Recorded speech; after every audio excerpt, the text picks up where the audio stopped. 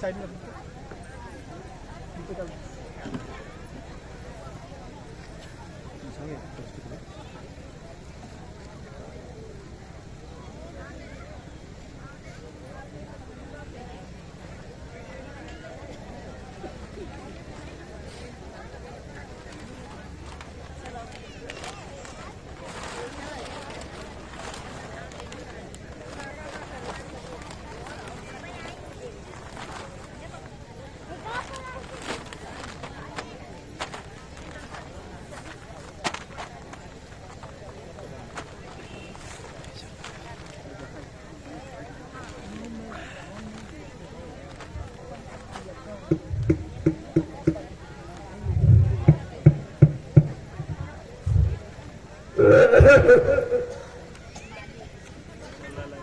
चलो चलो जल्दी करो।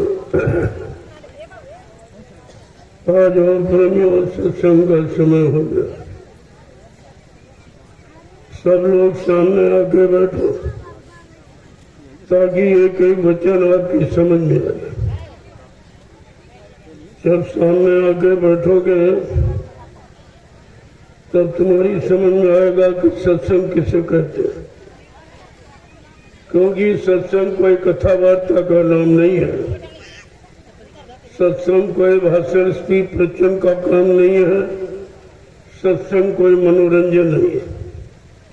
ये संत महापुरुषों की वचन वाणी जो हम सब जीवों की बहुपार कहानी है। ये जीवात्माएं भवसागर के पार कैसे जाएंगी, अपने सच्चे मालिक प्रीतम का कैसे दर्शन दीदार करेंगी। प्रेमियों, इस युक्ति का नाम है सत्संग। सत्यमा ईश्वर संग माने साक्षात्कार। ये जीवात्मा सुरत मुद्दतों से अपने मालिक प्रीतम का दर्शन दीदार छोड़ चुकी। अब इसे कौन ले जाएगा, कौन पहुंचाएगा, कौन मिलाएगा? उस मिलाने वाले को कहते हैं संत सदगुरु, और मिलाने वाली युक्ति का नाम है सत्संग। ये दोनों चीजें आपको समय से मिली, लेकिन आपने उनकी कदर नहीं। किसी पुण्य कर्म के कारण संत महापुरुषों के दर पे आप पहुंच गए, लेकिन आपने उनकी कदर नहीं की, उनको जाना माना पहचाना नहीं। ये आपके जीवन का सबसे बड़ा धोखा। इस धोखे की पूर्ति रुपए पैसे धन दौलत सामान से कोई नहीं पूरी कर सकता, क्योंकि सदगुरु दयाल की दया ये रुपए पैसे से मोल नहीं मिलती और ना ही ये किराए पर चलती। जब जैसी उनकी मौज मर्जी हम सब कलयुग के जीवों पर हो जाती है तो अपनी दया की बरसात करती है।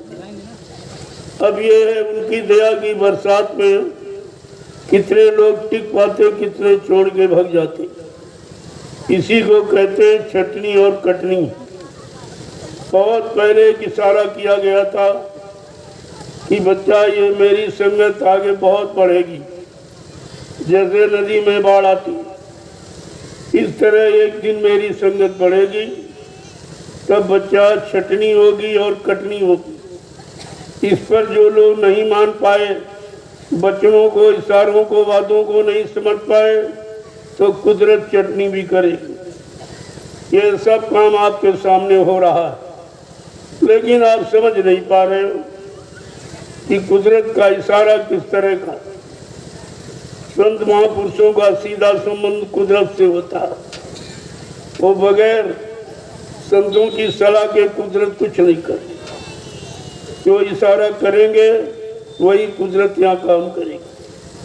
पहले तो समझाने बुझाने का काम किया जाता, किसी तरह से जीव मान जाए, अच्छे सच्चे धर्म के काम पर आ जाएं, नेक भले काम करने लगे, अच्छे मानवीय खान पान में आ जाएं, अच्छी संग सोबत में रहें और अच्छे कर्म करें, तो उनका बचाव हो जाएगा। जब इस बात को जीव नहीं मानता है तब उनको लालच दिया जाता भी, अगर आप मानोगे तो तुम्हारा राजपाट परिवार बाल बच्चे सब सुरक्षित बने रहेंगे, आपको तरह तरह का लाभ मान सम्मान अधिकार मिल जाएगा।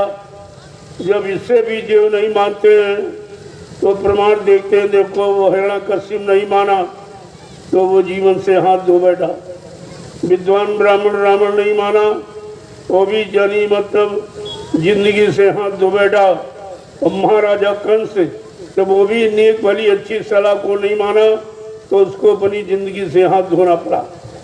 ये सब परिणाम आपके सामने आ चुका है। अब तो दंड परिणाम यानी प्रारंभ होने वाला है। जब संत महापुरुषों के वचनों को नहीं मानोगे तो वो तो काल शक्ति है नहीं, तो दयाल है, वो मारने काटने सजा देने का काम नहीं करते हैं। लेकिन जब किसी तरह जीव नहीं मानेगा तो अपना चार्ज इस कुदरत को सौंप देगी। तो ये कुदरत ऐसा करेगी नंगा नाच, जिसमें अपने आप को बचाना आपको मुश्किल हो जाएगा, अपना परिवार बाल बच्चों को बचाना, अपना सामान बचाना आपके लिए मुश्किल हो जाएगा। अब ये दंड प्रक्रिया चली, इसमें भी आपको एक मौका दे दिया, क्योंकि वो दयालु हैं, वो दया से अपने जीवों को बचाना चाहते हैं, लेकिन आप बचना ही नहीं चाहते हो। बचने का कोई काम कोई सलाह अच्छी आप मानते ही नहीं हो, तो उनको मजबूर हो जाना पड़ता है। यद्यपि उनको पूरा अधिकार सृष्टि में है, लेकिन काल के विधान को कभी नष्ट नहीं किया जाता। काल के देश में अगर काल के भी यहाँ विधान को कभी फेल नहीं करते हैं, लेकिन अपने जीवों को बचाने के लिए तरह तरह की व्यवस्था और भूमिका बनाते रहते हैं और किसी तरह से अपने जीवों को निकाल लेते हैं और बचा देते हैं। जब आप किसी तरह से कोई वचन मानते ही नहीं हो, न सैन न बैन, यानी इशारा भी नहीं और वचन भी नहीं, तब कुछ भी नहीं मानोगे तो अंततोगत्वा वो दंड विधान जब लागू हो जाएगा उसमें किसी को माफ़ी नहीं मिलेगी। काल माफ़ी नहीं देता, दयाल तो माफ़ करता, माफ़ करने आए और माफ़ करते ही रहेंगे, लेकिन जीव जब किसी तरह से मानने को तैयार नहीं होता, मजबूर कर देता है, मजबूर लाचार होकर के उनको ये व्यवस्था काल के हाथ में सौंपनी पड़ती है समझाने बुझाने की।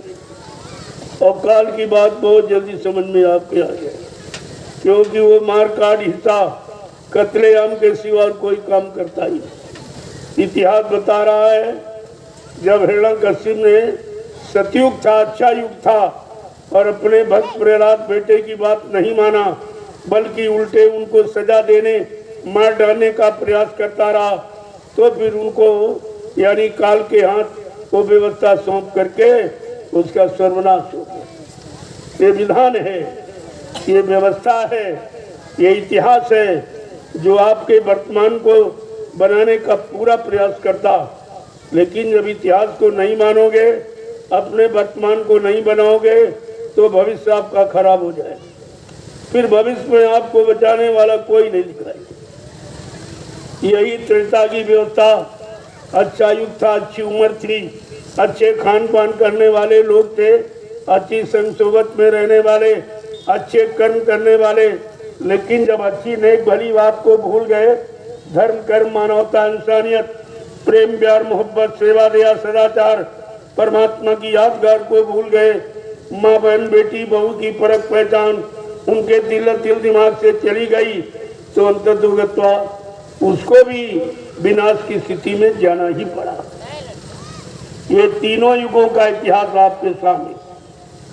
हमारी दृष्टि से तो कलयुग का इंसान सबसे अच्छा होना चाहिए था, क्योंकि कलयुग के इंसान के सामने तीन तीन युगों का अच्छा इतिहास लिखा। अच्छी उम्र वाले, अच्छे खान पाने, अच्छे कर्म करने वाले, लेकिन अफसोस के साथ ये कहना पड़ रहा कि कलयुग का जीव सबसे ज्यादा खराब हो गया। इसका मतलब इसने किसी युग की अच्छी नेक भली सलाह को नहीं माना, परिणाम इसलिए खराब हुआ। अगर आप मान जाते और समझ जाते और अपने आप को बुरे माहौल, बुरे खान पान, बुरी संग सोबत, बुरे कर्मों से बचा लेते तो आज तो तुम्हारा इतिहास कुछ अनोखा ही होता। लेकिन आपने कुछ नहीं किया।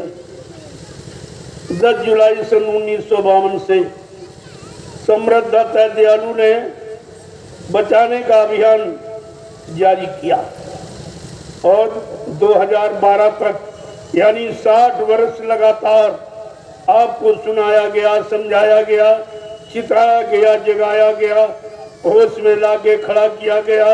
अच्छे बुरे की पहचान, पाप पुण्य की पहचान, माँ बहन बेटी बहू की पहचान सब आपको सिखाई। इसमें 60 वर्ष का समय खर्च किया। इतना समय किसी ने नहीं दिया सुधरने का जो बाबा जैन गुरुदेव जी महाराज थे, और आपने उनको अपना गुरु बनाया। लेकिन ये भी नहीं समझ पाए कि गुरु किसे कहते हैं, गुरु किस काम के लिए आता है, कौन सा काम करके जाता। जो काम करके जाएगा उसी का इतिहास बनेगा, उसी की पूजा होगी, उसी का लोग गुणानुवाद गाएंगे।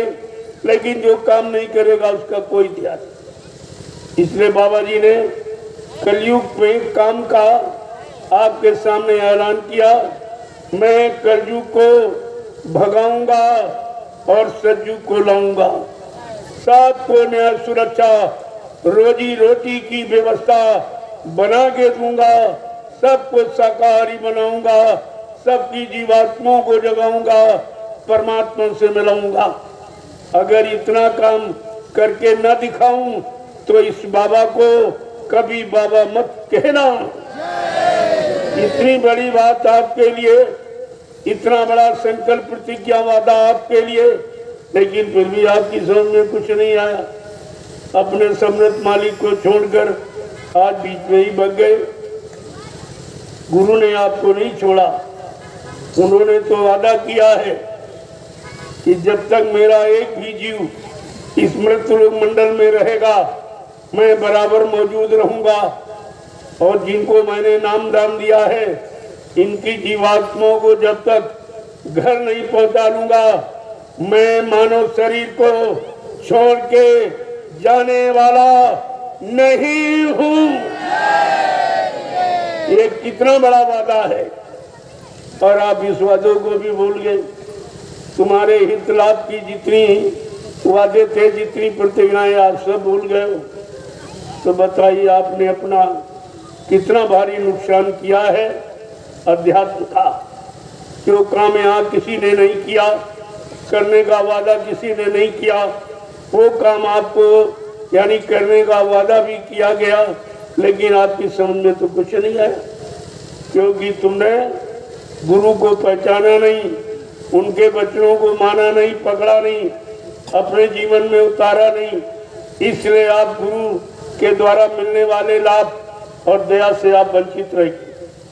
ये तो नुकसान आपने अपना किया, और इन नुकसान की पूर्ति कोई कर भी नहीं सकता। ऐसा कोई ज्ञानी, ध्यानी, विज्ञानी, धनवान, बलवान, बुद्धिमान इस धरती मंडल पर नहीं है जो तुम्हारी मदद करे या तुम्हारी संभाल सके। अब तो फिर आवाज लगी है, आगे का समय बहुत खराब, जिसका कोई वर्णन नहीं कर सकता।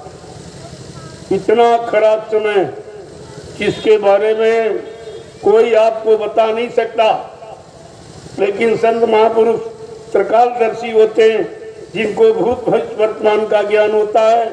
जैसे आप इन आंखों से सामने स्पष्ट देखते हो, ऐसे अपनी जीवात्मा के दिव्य आंख कान से सब सुनते और देखते रहते हैं, और समय समय पर आपके बचने और संभाल का इशारा करते हैं। लेकिन जब आप मानोगे तब तो कुछ, कितना समय निकल गया, जबकि काल शक्तियों ने एक ही बार मौका दिया, नहीं माने तो मार काट खरिहान कर। लेकिन दयाल शक्ति ने दोबारा फिर आपको ये मौका दे दिया कि एक बार मेरे बच्चों की जानकारी फिर से दो, सबको जानकारी दे दो, इनको बता दो, ताकि बेचारे ये भूल भ्रम से निकलकर सही सच्चे रास्ते पर आके खड़े हो जाए। ये दोबारा आपको मौका दिया जाए। किसी तरह से वचनों को सुनकर अपने आप की संभाल कर लो, अपने परिवार बाल बच्चों को बचा लो। तुम ये अन्याय क्यों कर रहे हो? अपने बाल बच्चों की संभाल की कोई चिंता आपको नहीं है तो फिर तुम्हारा जीवन पशुवत जीवन है, इंसान का जीवन आपका।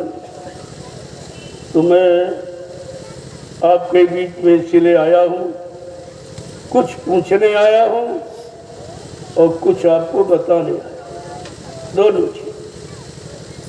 जो 60 साल आपको बताया गया वो आपसे पूछूंगा, और जो आप भूल गए हो उसको फिर से बताऊंगा। मैं ना कोई पुराना बिगाड़ने आया ना नया बनाने आया हूँ। जो भूल चूक आपने की है उसी को ठीक करने आया। किसी तरह से ठीक कर लो, आप सबका भला हो जाए। यहाँ तो सारी इंसानियत, सारी जमहूरियत को लाभ देने का संकल्प लिया गया। यहाँ कोई हिंदू मुसलमान, कोई सिख ईसाई का रगड़ा झगड़ा नहीं है। यहाँ छोटे बड़े गरीब अमीर, कोई पढ़े लिखे अनपढ़ का झगड़ा, कोई स्त्री पुरुष का अंतर या कुछ, यहाँ ऐसा कुछ नहीं हुआ। यहाँ संपूर्ण रूहों और जीवात्माओं के हित और कल्याण की बात की जा रही। सारे शरीरों में परमात्मा की जीवात्मा बैठी है, सारे जिस्मों में खुदा की रूह बैठी, और कुछ नहीं।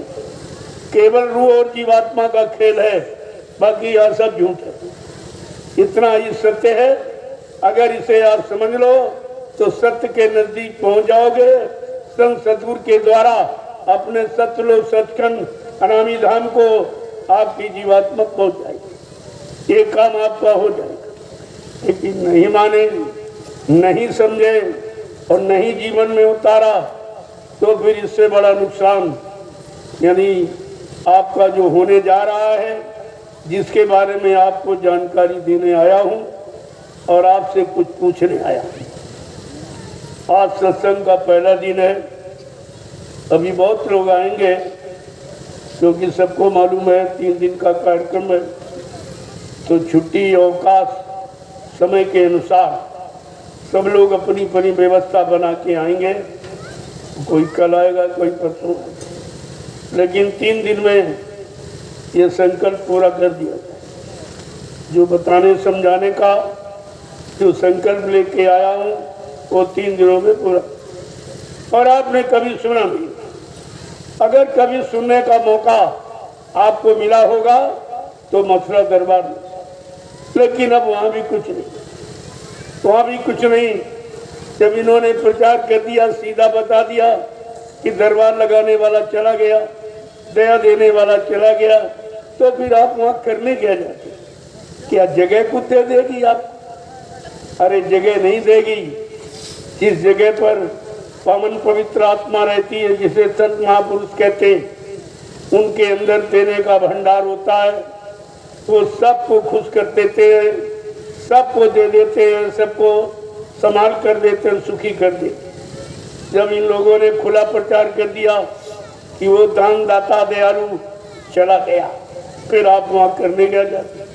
तो ये काम तुम्हारा वहाँ कौन करेगा? ये किसी इंसानी शकल का काम नहीं है और ना कोई कर सकता। जब सीधा प्रचार कर दिया कि देने वाला दाता दयालु चला गया और कहते वो कभी नहीं आएगा, फिर तुम्हारा वहाँ जाने से मतलब क्या निकलेगा? बाबा जी ने पहले ही कहा था, महात्मा जिस स्थान को छोड़ देते हैं, बच्चा उस स्थान पर जाने से कोई आध्यात्मिक लाभ आपको नहीं मिलेगा, क्योंकि लाभ उनके पास उनकी झोली में। वो लाभ किसी स्थान में, किसी जड़ता में, किसी जड़ वस्तु में या जड़ इमारतों में नहीं है। आपको ये सब समझना चाहिए था। तो बाबा जी ने कहा भी था कि ले जाओ दया लूट कर, वो जीता जागता देवता मंदिर का बरक तक बांट रहा। इस बात को तुम अभी तक नहीं समझ पाए कि जीता जागता वहां कौन था, कौन बांट रहा था। और इन लोगों ने जीते जागते देवता को कह दिया मर गया चला गया, तो वो दया कौन देगा? आपको क्षमा याचना करने वाला जब चला गया तो तुम्हारे गुनाहों को, पापों को कौन माफ करेगा? इस पर तो आपको विचार करना चाहिए। लेकिन तुमने गुरु के वचनों को भुलाया है, उनका अपमान किया है, लिहाजा ये सजा है जो आपको कुदरत देने जा रही है। इस सजा से कोई अपने आप को बचा सकेगा। जो गुरु का प्रेमी होगा, गुरु के वचनों का प्रेमी होगा, जो गुरु से दया पाने की इच्छा रखता है, दया पाने का निरंतर प्रयास, जो नाम की युक्ति, नाम की कमाई, तो सुबह शाम आत्मा के घाट पर बैठकर दोनों आंखों के मध्य भाग में जो कमाई करता है वो पाने का अधिकारी। बाकी ये किसी को मिलने वाली दया नहीं। तो आप लोग आए हो तो मैं जरा आपसे पूछना चाहता हूँ, आप परिवार बाल बच्चेदारों सत्य बोलना, क्योंकि ऊपर आकाश आकाशी पिता, नीचे धरती माँ, बीच में आप बैठे, तो दोनों को याद करके आप सत्य बताना कि आप लोग मथुरा जाते थे तो गुरु का दर्शन करने जाते थे कि चेलों का? गुरु का। जोर से बोलिए, गुरु का। सच्चाई को मत छिपाइए। आप लोग मथुरा जाते थे गुरु का दर्शन करने कि चेलों का दर्शन करने? गुरु का। आप लोग मथुरा जाते थे गुरु की सुनने गए थे कि चेलों की सुनने गए थे? गुरु की। आप मथुरा जाते थे गुरु की मानने गए कि चेलों की मानने गए थे? गुरु की। आप मथुरा जाते थे गुरु भक्ति करने गए कि चेला भक्ति करने गए? गुरु भक्ति। या ये सब चेला भक्ति कर रहे, सब गुरु की नहीं, सब चेलों की मान। ये बेचारे सब भूल गए कि गुरु पार करेगा कि चेला पार।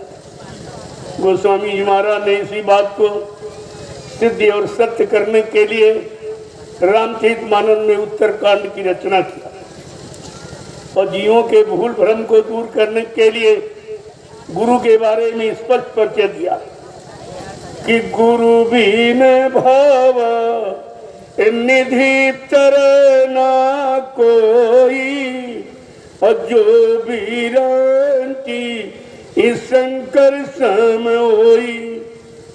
कहते भी कोई भी संसार में धनवान, बलवान, बुद्धिमान क्यों न बन जाए, लेकिन ये भवसागर बगैर समय के सदगुरु के कोई पार नहीं ले जाता। और वो सदगुरु जो नाम नौका लेके आया, बिना नौका के तो कोई जाएगा नहीं उस पार। जो नाम नौका लेके आया हो, नानक नाम जहाज है बिसरे घड़ी न एक। नानक जी ने कहा जो नाम जहाज लेके आया उसको एक घड़ी मत विसारना, वही तुम्हारी जीवात्मा को नाम रूपी नौका पर बिठाकर इस भवसागर से पार करेगा और अपने बल पौरुष से उस जीवात्मा को उसके सच्चे घर यानी सचखंड सद्धाम को पहुंचाएगा। ये सब आपको ध्यान में रखना चाहिए। लेकिन आपने तो सब बोला दिया। एक बात और आपसे पूछूंगा, आप सत्य बताना, क्योंकि आप बाल बच्चे परिवारदार हो। यही सत्य सुनने के लिए, सत्य समझने के लिए, सच्चिदानंद पाने के लिए, जीवात्मा को सतलोक सचखंड पहुंचाने के लिए आपने गुरु की शरण का सहारा लिया। ये सहारा इनको पाने के लिए लिया तो संसार में कहीं नहीं, कोई नहीं दे सकता। लेकिन आप तो सब भूल गए। मैं आपसे पूछूंगा, आप लोगों ने नामदान गुरु महाराज से लिया या किसी चेले से लिया है? गुरु महाराज से। देखिए, सच्चाई को मत छिपाइए। आप लोगों ने नामदान गुरु महाराज से लिया या किसी चेले से लिया है? गुरु महाराज से। आपका हाथ गुरु महाराज ने पकड़ा या किसी चेले ने पकड़ा है? गुरु महाराज ने। आपकी जीवात्मा को जगाने का, परमात्मा से मिलाने का, निज धाम निज लोक पहुंचाने का वादा ये गुरु महाराज का है या किसी चेले का है? गुरु महाराज का। फिर आप जा कहाँ रहे हो? जब नामदान गुरु से लिया, चेला गुरु के बने, हाथ गुरु ने पकड़ा, पार करने का वादा गुरु का, तो तुम जा कहाँ रहे? तुम सब जा रहे चेलों के पास। वो चेले जो गुरु के नहीं हुए तुम्हारे क्या हो जाएंगे? जिन्होंने गुरु को नहीं बख्शा क्या तुम्हें बख्श देंगे? इतना तो तुम्हें ध्यान में रखना ही चाहिए था, लेकिन आप भूल गए। काल ने अपना दांव चलाया और तुम सबको दयाल से अलग कर। ये काल की कारी करतूत, उसने ऐसा भ्रमित किया कि सब तुम दयाल को छोड़ के फिर काल की गोद में चले। कितना नुकसान आपने अपना किया, जबकि 10 जुलाई 1952 से गुरु ने आपको सुना सुनाकर काल की नगरी से निकालकर उस सतपथ के रास्ते पर लाके खड़ा किया, जहां से तुम्हारी जीवात्मा जाकर अपने मालिक का दीदार करेगी, अपने सच्चे घर मंडल मुकाम को जाएगी, पहुंचेगी। इसके लिए आपको संदेश दिया गया था, लेकिन वो तो आज सब भूल गए, सब आप भूल गए। तुम्हारे पास अपने हित की, अपने भले की, अपने कल्याण की, अपने उद्धार की कोई बात आपने नहीं। आपने अपना कितना भारी आध्यात्मिक नुकसान किया, जिस नुकसान की पूर्ति रुपए पैसे से आपने की, और कोई आपको कुछ दे भी नहीं सकता। आपने अपना कितना भारी आध्यात्मिक नुकसान किया, जिस नुकसान की पूर्ति रुपए पैसे से आपने की, और कोई आपको कुछ दे भी नहीं सकता। तुम दुनिया में कहीं चले जाओ, आपको कुछ नहीं को दे सकता, क्योंकि यहां तुमसे लेने वाले बैठे, देने वाले नहीं बैठे। कई मंदिर में, मस्जिद में, गिरजा गुरुद्वारों में, तीर्थ में, मूर्त में, पानी में, कहीं आप चले जाओ, सब लेने वाले बैठे, देने वाला कोई। तो तुमने कभी ये नहीं सोचा कि हमको कौन देगा? ऐसा कौन समृद्धदाता दयालु तो हम सबको देगा, और वो देगा जो यहाँ कोई नहीं दे सकता। क्या कभी आपने ऐसा सोचा? ऐसा करने का, सेवा करने का, सेवा देने का, गुरु के वचनों का प्रचार करने का, गुरु से नाम दान लेकर सुमरन ध्यान भजन करने का क्या मतलब निकला? तुम्हारे लिए सब झूठ, सब धोखा हो। और बाबा जी ने इसी धोखे से बचने के लिए पहले ही आपको इशारा कर दिया था, लेकिन आप वो भी भूल गए हो। तो जरा सुन लीजिए, उसी को आप सुन लीजिए। सत्संग कल से प्रारंभ करूंगा, जो प्रेमी आ रहे हैं वो भी आ जाएं और सबको संदेश मिलेगा। आप तो मैं आपसे पूछने ही आया हूं और कुछ बताने आया हूं। जो आप भूल गए हो उसी को याद कर लो, तो तुम्हारी अभी बिगड़ी नहीं है, अभी बन सकती। अगर अब की बार चूक गए तो फिर 84 इस 4 खान 84 लाख नरकों की योनियों से क्या कोई आपको बचाने वाला नहीं है। फिर आप नरकों की तैयारी कर लीजिए। नहीं मानो तो उसका परिणाम तो यही। तो बाबा जी ने इसीलिए सब पहले ही बता दिया, क्योंकि उनका काम सृष्टि में अनोखा, जो यहां कभी किसी ने किया नहीं, और ये नाम कभी आया नहीं, किसी ने प्रचार कराया नहीं। जय गुरुदेव नाम का प्रचार किसी ने नहीं किया। हमारा इतिहास बता रहा 3 युगों का। इस सतयुग में जब राजा हिरण्यकशिपु के द्वारा व्यवस्था बिगड़ी, तो योगियों ने हरि नाम जगाया था और उसी नाम का प्रचार कराया और उसी से काम करता। अब यह है, जो नाम जिस लोक मंडल मुकाम से आता है, उस नाम का स्मरण करने से वो नाम तुम्हारी मदद उसी लोक तक कर सकता, आगे नहीं। ये नाम की निजी महिमा। तो योगियों ने उस हरि नाम को जगाया और उसका प्रचार कराया। उसको किसने जपा, किसने सुमिरन किया, किसने माना, किसने विश्वास किया? भक्त प्रहलाद दोधरू ने। गोस्वामी जी महाराज ने बड़े 7 शब्दों में रामचरितमानस में लिखा कि हरि नाम की महिमा किसने जानी और किसने उसका लाभ प्राप्त किया।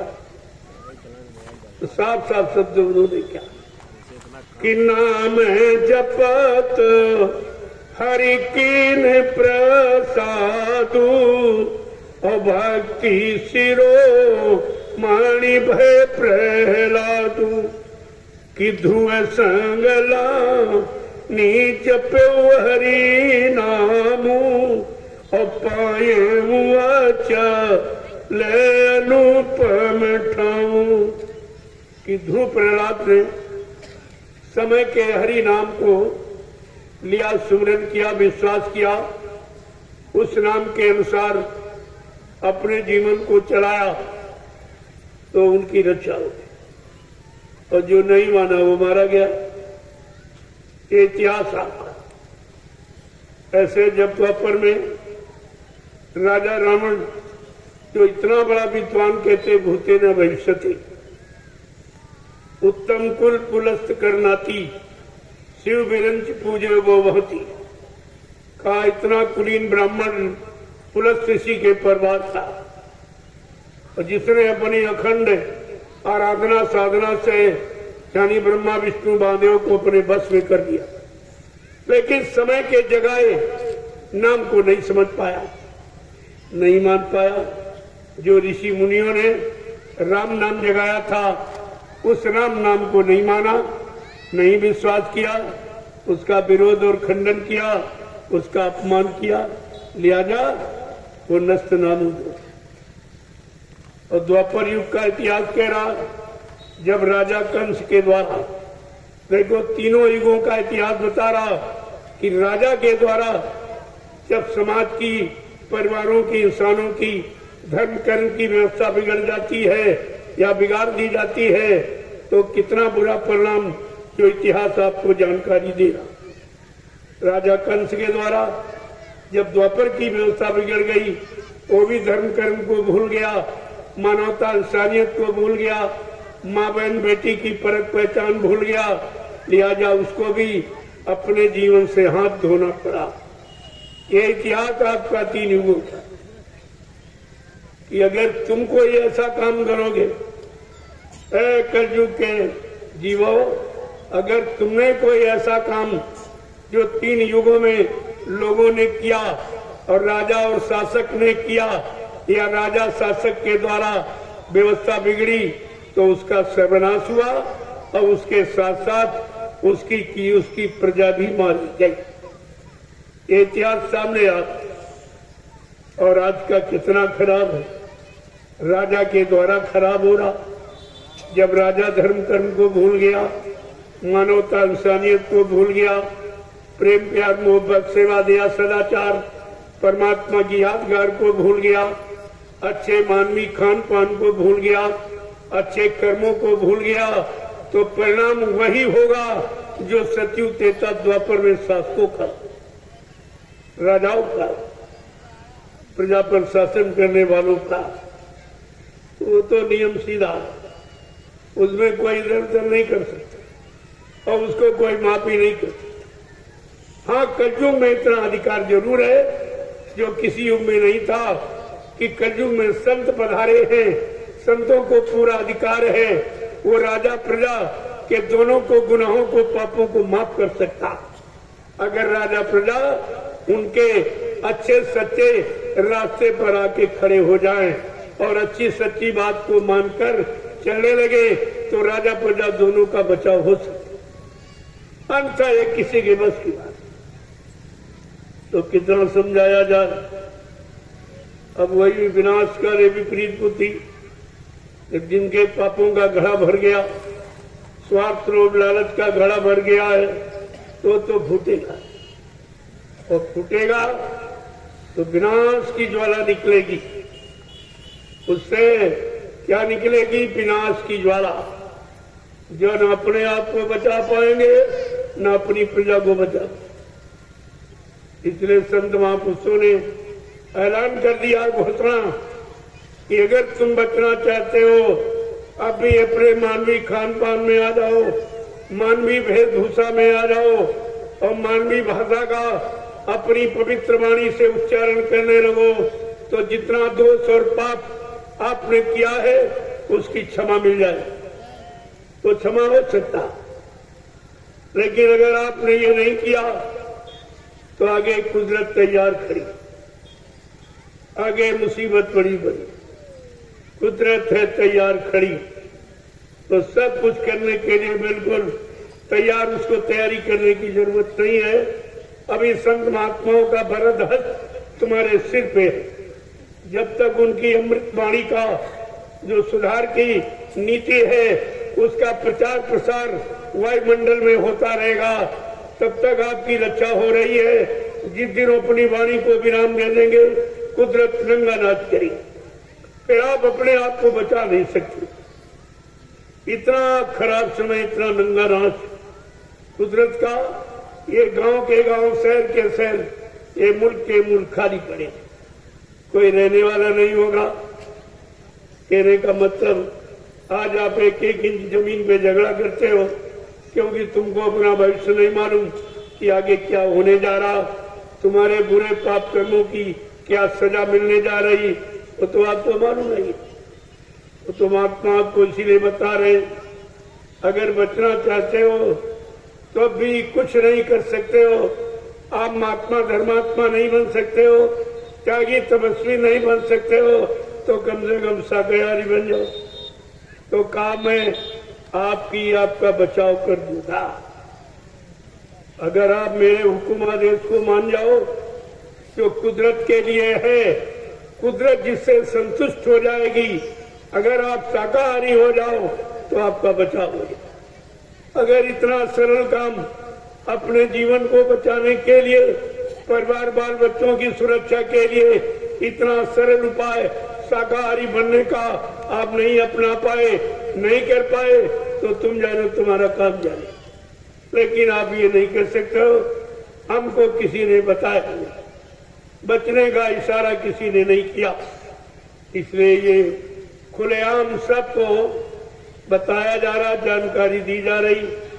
जिस जानकारी के बदले आपसे कुछ लिया नहीं जा रहा, ये ऐसी अमूल्य जानकारी है जो रुपए पैसे धन दौलत सामान से आपको कोई नहीं दे सकता, लेकिन आज सदगुरु के दरबार में ये मुफ्त लुटाया जा रहा है, ये मुफ्त में आपको दिया जा रहा है।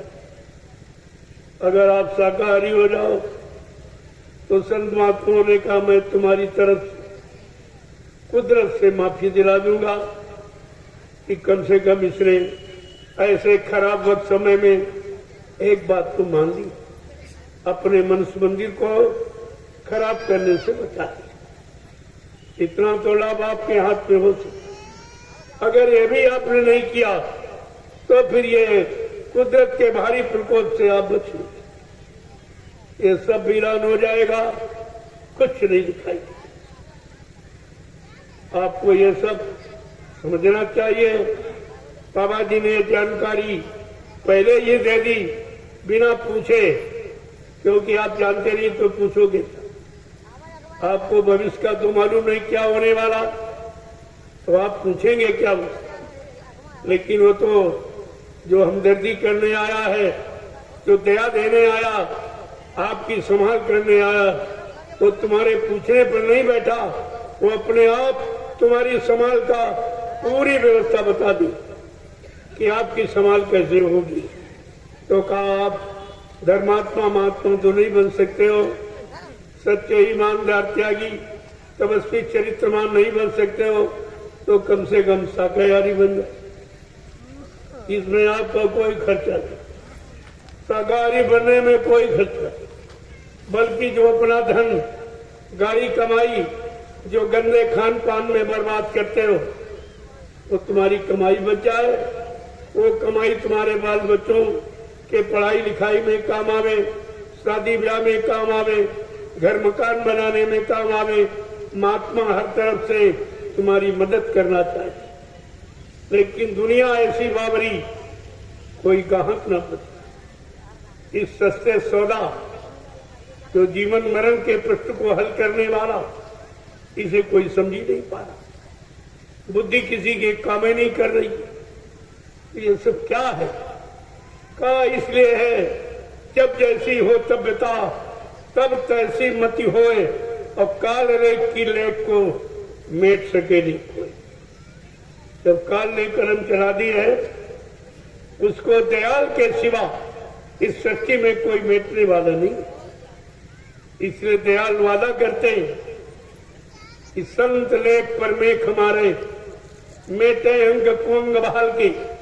जो ब्रह्मा ने कलम चला दी हमारे आपके पाप पुण्य कर्मों की सजा और लाभ देने की, संत महापुरुष उस ब्रह्मा की कलम का लिखा अक्षर मेट, उनको अधिकार है, वो मेट सकते हैं।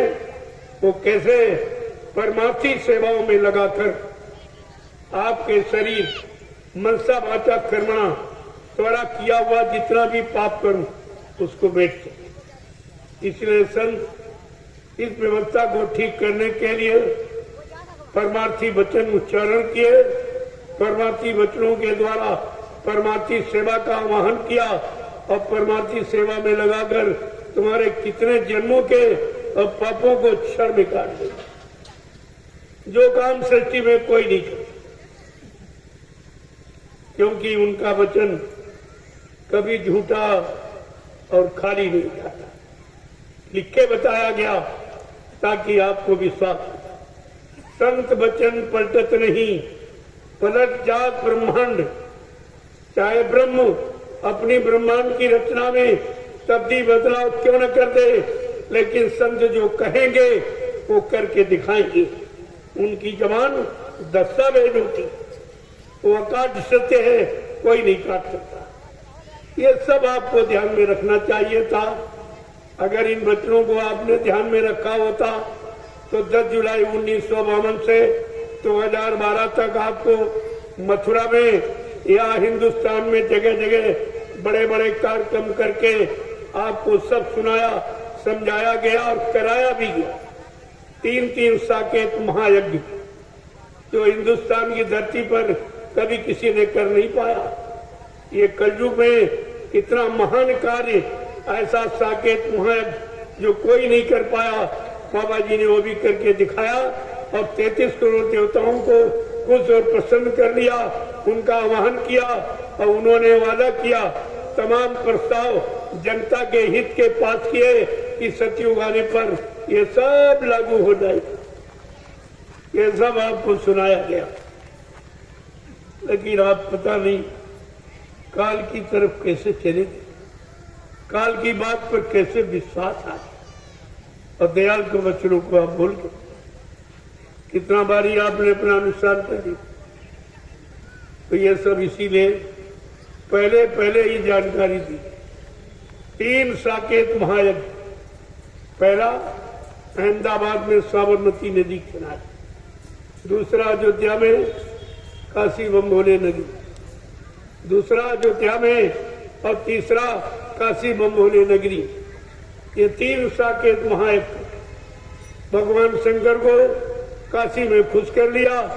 उन्होंने भी ऐलान किया मेरा समय आ गया, मैं इतना विनाश लीला, मैं तांडव नृत्य करूंगा, मेरा समय आ गया। बाबा जी ने कहा नहीं, थोड़ा रुक जाइए आप, मैं भी लोगों को सच्चाई का संदेश उनके कानों तक पहुंचा देता हूं। जब वो न माने तब तुम्हारी इच्छा में आए वो करना। इसीलिए आपका बचाव है। ये संदेश प्रसारण वायुमंडल में हो रहा है, नहीं तो कुदरत बहुत नाराज है। कुदरत है नाराज खड़ी, आगे मुसीबत पड़ी। लेकिन उसकी नाराजगी को संत महापुरुषों ने आश्वासन देके शांत कर रखा है कि मैं साकार का प्रचार करा के लोगों को साकार ही बना दूंगा। जब लोग मेरे साकार संदेश को न सुने, न माने, न स्वीकार करें, तब जो तुम्हारी इच्छा में आई वो कर। तो आखिरी ये बचाव आपका प्रारंभ, ये आखिरी संदेश है जो आपके बचाव का होगा, ताकि आप ये न कह सको मेरे यहाँ कोई आया नहीं, किसी ने बताया नहीं, मेरे हित की बात, मेरे भले कल्याण की बात किसी ने नहीं बताई। सब अपने अपने स्वार्थ और लालच की बात करते थे, हमारे हित की बात कोई नहीं। इसलिए आपको यह संदेश दिया जा रहा और निस्वार्थ, कोई चंदा, कोई सेवा, कोई रुपया पैसा, कोई सामान, मैंने न कभी मांगा और न मैं कहूँगा न कभी मांगूंगा। ये काम मेरा नहीं है।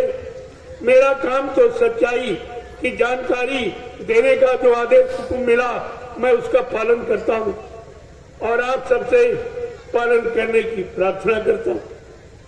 मेरा और कोई काम और वो बराबर 10 वर्षों से तो 10 पूरे हुए 11वां लग गया। बराबर आपको दे रहा हूँ, सारे हिंदुस्तान में घूम सब जगह जाके देख लो, फिर आप दरबार में आके देख कितनी दुकानें खुल गई, देख रहे आप। धर्म के नाम पर कितनी दुकानें, गुरु के नाम पर कितनी दुकानें खुल गई। आप भी जानते हो कि दुकानों पर बगैर पैसे का सौदा नहीं मिलता। जब पैसा दोगे तभी सौदा मिलेगा, लेकिन दरबार में मुफ्त लुटाया जाता है। दरबार और दुकान का तुमने आज तक अंतर नहीं समझ पाया कि कितनी दुकानें देश में लग गई। ये गुरुदेव नाम से भी कितनी दुकानें लग गई, लेकिन बिना वहां दिए आपको कुछ नहीं। वो देना पड़ेगा, मिलेगा कुछ। ले भी लेंगे दे भी कुछ नहीं सकते हो कि उनके पास है नहीं। जो लेता है वो कैसे देगा? अगर होता तो लेता ही क्यों, और होता तो मांगता क्यों? जो सेवाएं मांगे, पैसा मांगे, सामान मांगे, सम्मान मांगे, अधिकार मांगे, तो समझ लो ये भिखारी, इसके पास कुछ। भिखारी मांगता है, दाता कभी नहीं मांगता। तो आपको तो सब विचार करना चाहिए, लेकिन तुम तो सब भूल गए हो। न दाता की पहचान, न भिखारी की पहचान। दाता एक, भिखारी सारी दुनिया। जिसने आपको नाम का दान दिया वो दाता। देने वाला, सुनाने वाला नहीं। सुनाने वाले तो 10 साल का बच्चा अगर बाबा जी से सुना नाम वो भी सुना देगा। क्या सुनाने वाला बच्चा को दे भी सकता? सुनाने वाला देता नहीं है, देने वाला एक, सुनाने वाला। देने वाला कौन है? जो सतलो सच का नामी धाम आता है, नाम को जगाता है, नाम को सिद्ध करता है, नाम का प्रचार कराता है, वो नामदान देता है। उसका दिया हुआ नाम फलीभूत होता है। लेकिन किसी ने सुन लिया और सुन के सुनाने लगे तो सुनाने वाले आपको दे नहीं। जैसे हम आपको सुनाएं कि रसगुल्ला मीठा होता, मुलायम होता, लाल होता, कि आप संतुष्ट हो जाओगे? कुछ देर के बाद कहोगे अरे भाई सुनाने सुनाना है, कुछ खिलाना पिलाना। आपको पाके संतुष्ट हो। इस नामदान से संतुष्टि भी नहीं मिली, शांति भी नहीं मिली। अंदर में मन की का विकृत हुआ हो, अभी शांत नहीं हुआ, गया नहीं, तो भी नामदान आपने लिया ही क्यों? अभी आपने न लिया है न आपको दिया। अभी तो नामदान आपको दिया गया था। जब प्रेम दान दिया जाएगा तो नामदान फलीभूत। जब प्रेम दान मिल जाएगा, अभी नामदान दिया तो तुम गुरु के पीछे दौड़ते हो। जब गुरु प्रेम दान दे देगा तो अपने जीवों के पीछे घूमेगा। कहीं उसको मुसीबत आपत्ति आने नहीं देगा, कहीं उसको बुरे कर्मों खान पान में फंसने नहीं देगा। ये उसकी जिम्मेवारी हो जाती। प्रेम दान देने पर गुरु की संभाल की पूरी जिम्मेदारी। लेकिन प्रेम दान कब दिया जाएगा? जब तुम्हारा पात्र प्रेम पात्र, प्रेम पात्र जब बनाओ, बर्तन शुद्ध होगा। प्रेम का मतलब निस्वार्थ भाव से। जब बर्तन पाक साफ निर्मल पवित्र करोगे तब उसमें प्रेम दान दे दिया जाए। और प्रेम दान देने के बाद फिर जीव को कुछ नहीं करना, फिर उसकी जिम्मेवारी होती।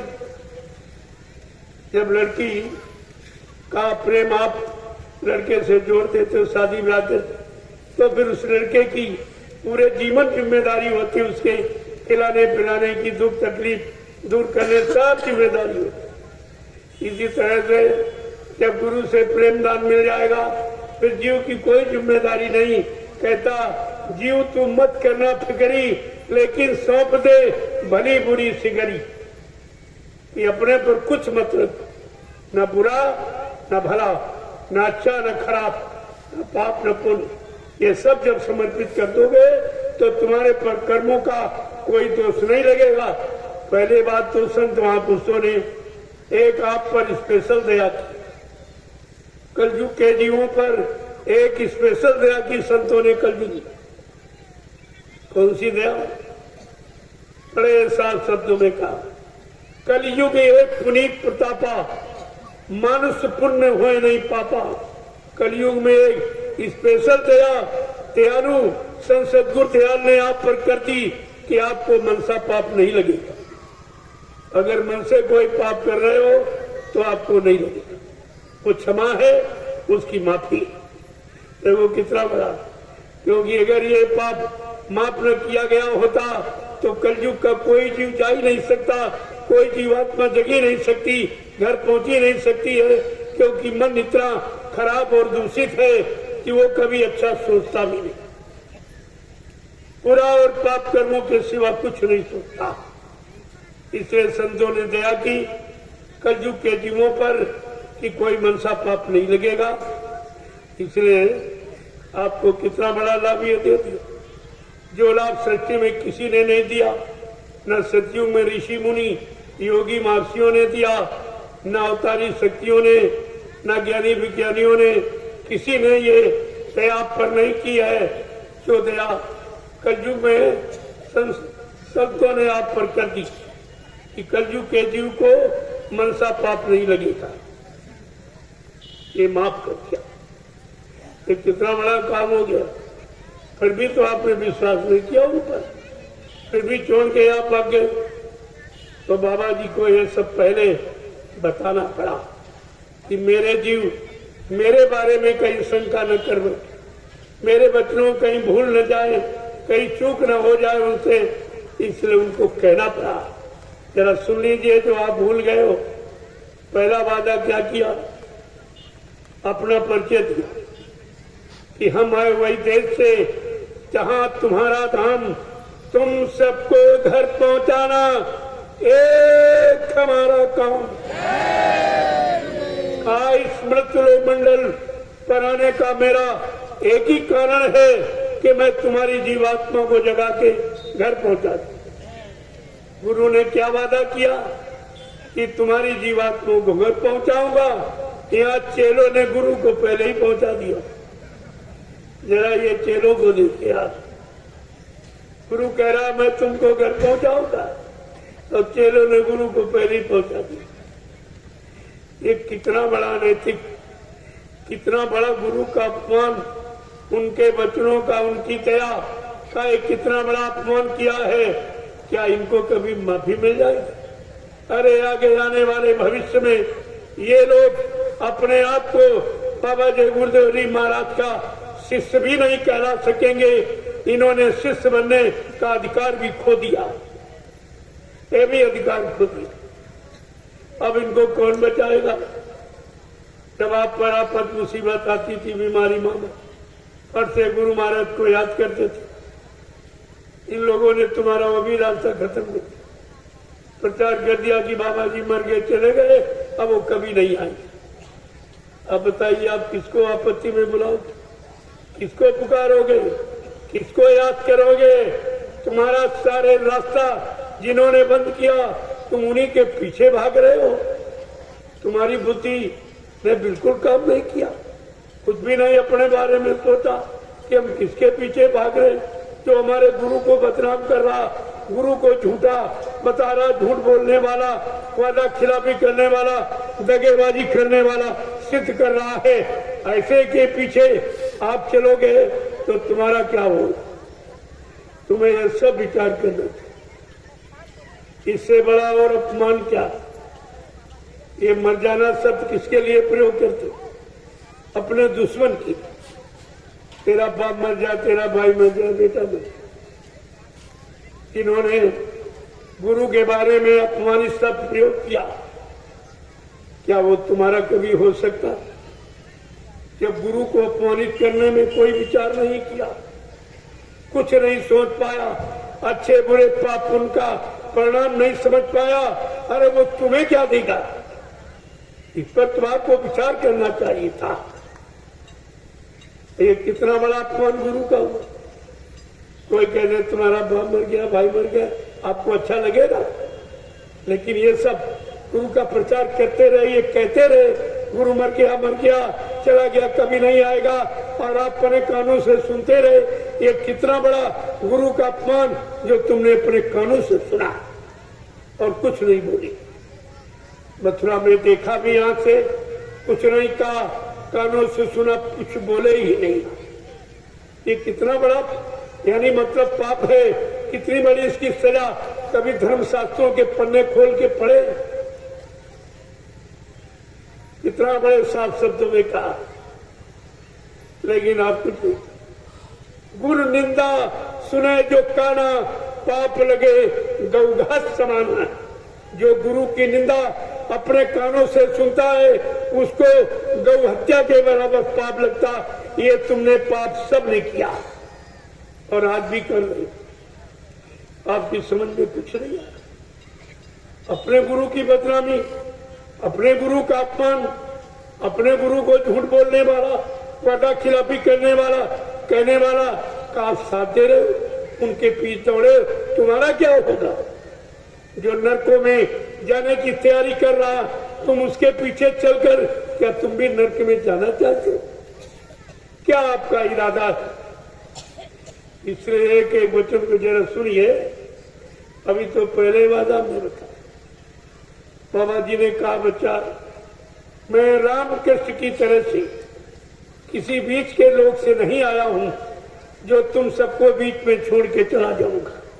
न मैं ब्रह्मा के ब्रह्मलोक से आया हूँ, न विष्णु के विष्णुलोक से आया हूँ, न शिव जी के शिवलोक से आया हूँ, न राम के साकेत लोक से आया हूँ, न कृष्ण के गोलोक से आया हूँ, न देवी देवताओं के देवलोक से आया हूँ।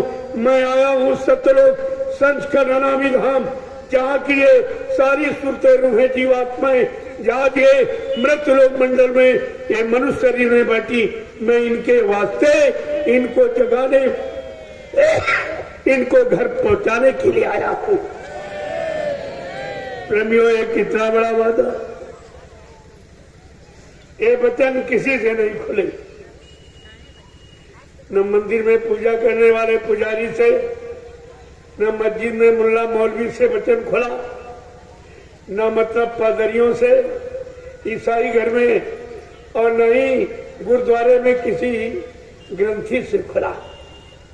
ये सत्य का वचन किसी से मुंह से उच्चारण नहीं हुआ। आप इस पर विचार कीजिएगा।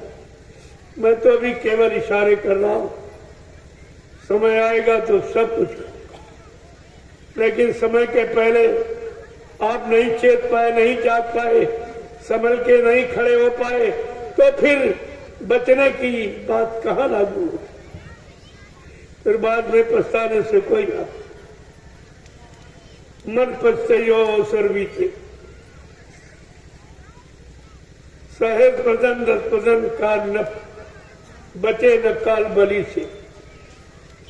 मन पछताइयो अवसर, समय निकल जाएगा, इस पश्चाताप से कुछ होने वाला नहीं है। उससे कोई माफी नहीं मिलेगी। पश्चाताप तो समय के पहले अगर कर लिया जाए तो कुछ काम आपका बन सकता है, लेकिन बाद में कुछ। बाबा जी ने दूसरा वादा किया, नाव लगाई शब्द की गुरु ने, चढ़ बैठे कुलसूर। कहा गुरु ने नाम की नौका लगा दी भवसागर पार जाने की, कोई सूरबीर बैठे था। ये सब नहीं, लोभी लालची कामी क्रोधी व्यभिचारी कुपचारी, ये उस नाम की नौका पर नहीं सवार होगी। सूरवीर कौन है? जिन्होंने मार मन डाला उन्हीं को सूरमा खेला। सच्चा सूरवीर कौन है? जिसने अपने भोगी विलासी इस मन को मार दिया, वो सच्चा सूर। ये मारने काटने वाला, ये हिंसा करने वाला, ये सूरवीर नहीं है। सूरवीर वो जिसने अपने कामी क्रोधी लोभी लालची आलसी मन को सुधार कर और प्रभु के नाम के चिंतन में लगा लिया और धीरे धीरे अपना काम बना लिया। कहते वो सच्चा सूर्य। इसीलिए संतों ने कहा तुम किसी के पीछे मत, कोई तुम्हारा नुकसान करने वाला नहीं, सबसे बड़ा नुकसान करने वाला तुम्हारा मन है। पढ़ो तुम इसी के पीछे और सभी यत्न तजना। सारे यत्न जितने भी शरीर इंद्रियों से किए जाते उनसे मन सुधार नहीं सुधारा। यानी आपने कितने पूजा की, मन सुधरा? पूजा पाठ तीर्थ व्रत दान हवन जब किया, गंगा स्नान कितना किया, लेकिन मन का मैल नहीं धुला। एक भी बुरे कर्म उससे नहीं हटा पाए, छुड़ा नहीं आप छुड़ा पाए, पूरी आदतें नहीं छुड़ा पाए हो, तो ये तो यत्न सब बेकार चला गया। तो संत महापुरुषों ने कहा इस यत्न से कुछ होना नहीं है, पढ़ो तुम इसी के पीछे और सभी यत्न तजना।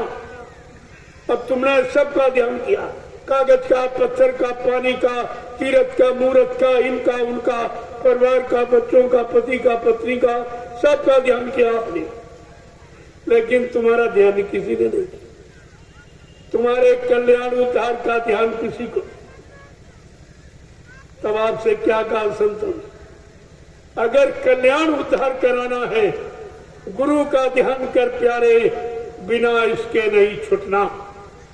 अगर अपना उद्धार चाहते हो, छुटकारा चाहते हो, 484 लाख नरकों की योनियों से बचना चाहते हो, जन्म मरण से छुटकारा चाहते हो, काल माया के कर्मों के विधान से अगर निकलना चाहते हो, तो समर्थ सदुर की बात को मान लो, वो निकाल देगी।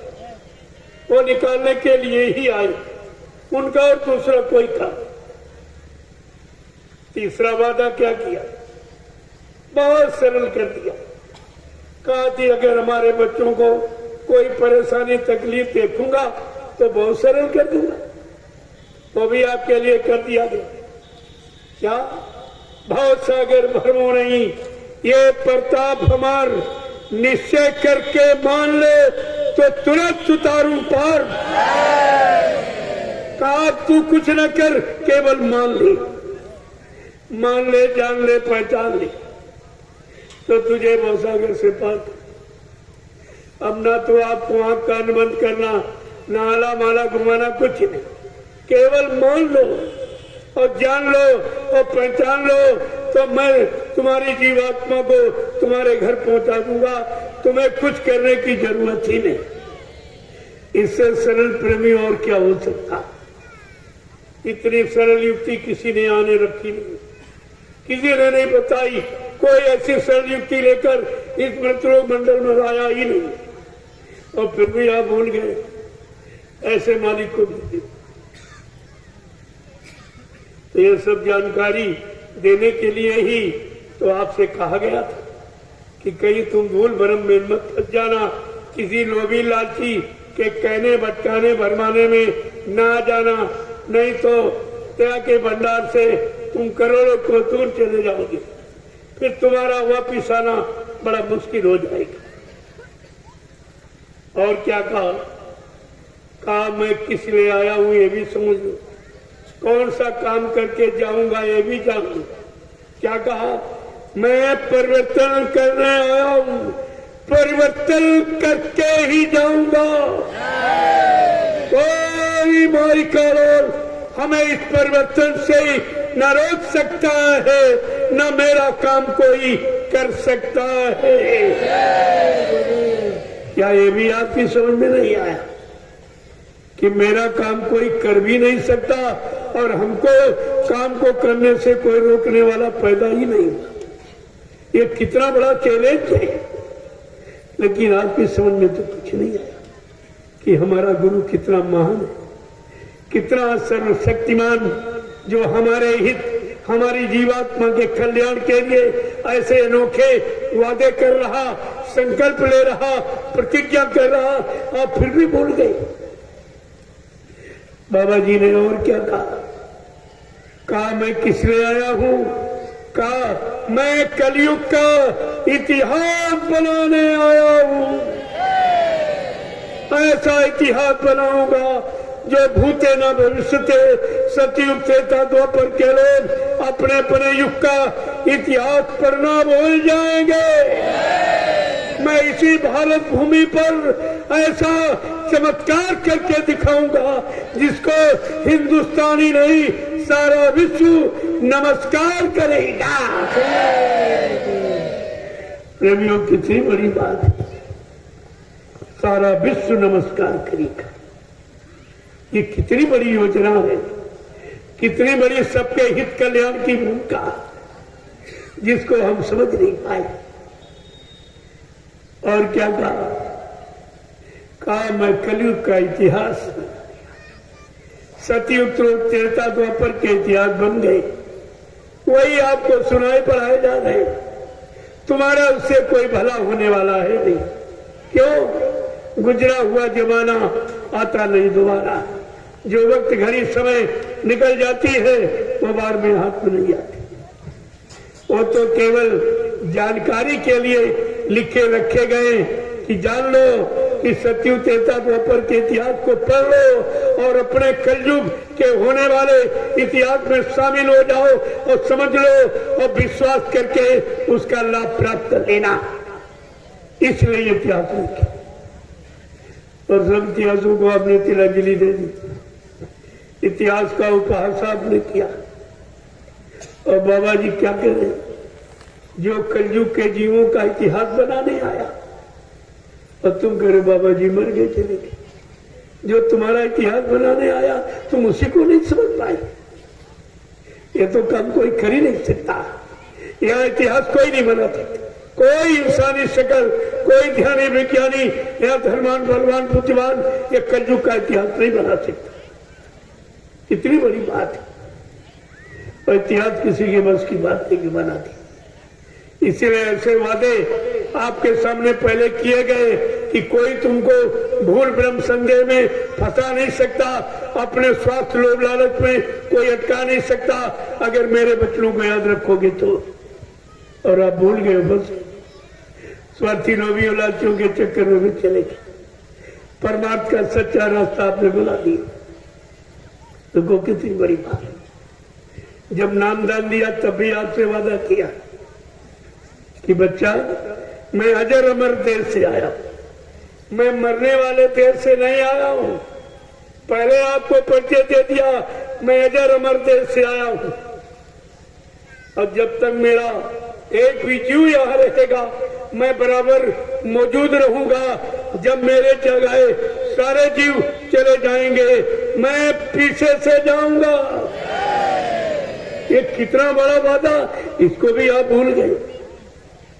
तो आपने कितना अपना नुकसान किया। गुरु के अनमोल वचनों को भुलाकर आपने कितना अपना आत्मिक नुकसान किया।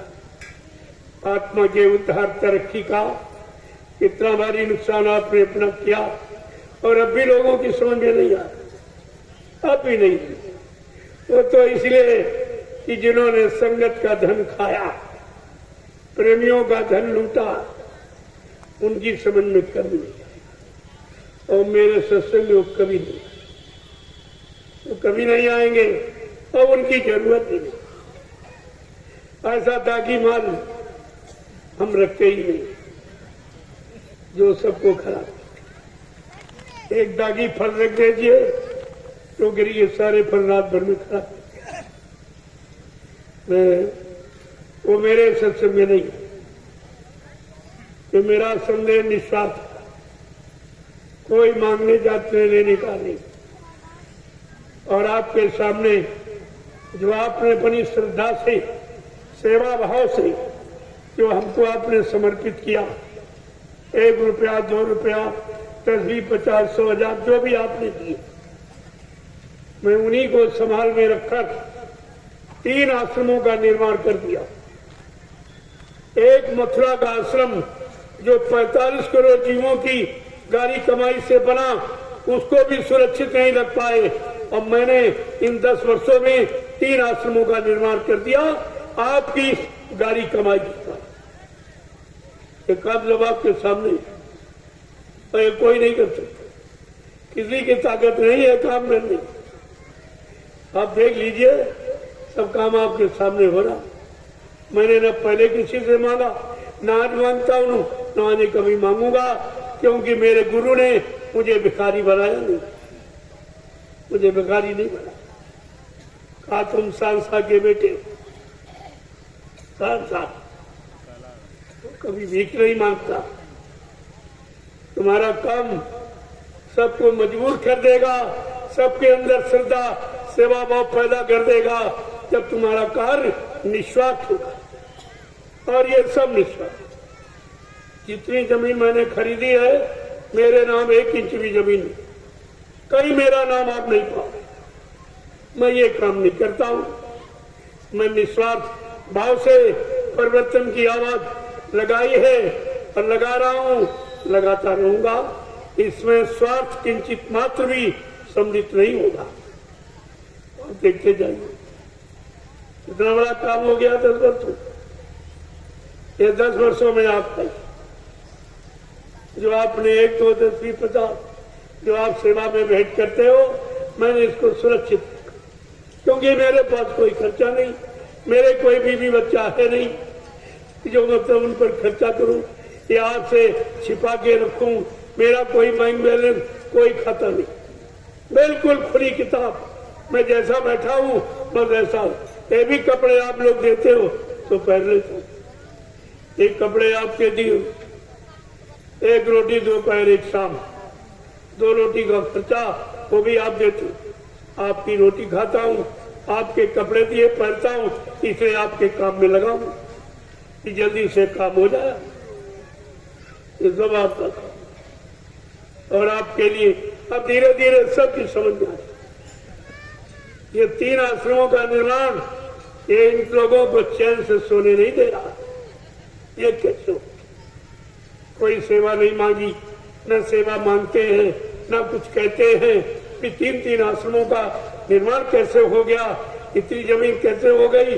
और वहां 1 इंच भी जमीन नहीं, बल्कि जो थी उसमें भी कम हो गई, उसमें भी कम हो।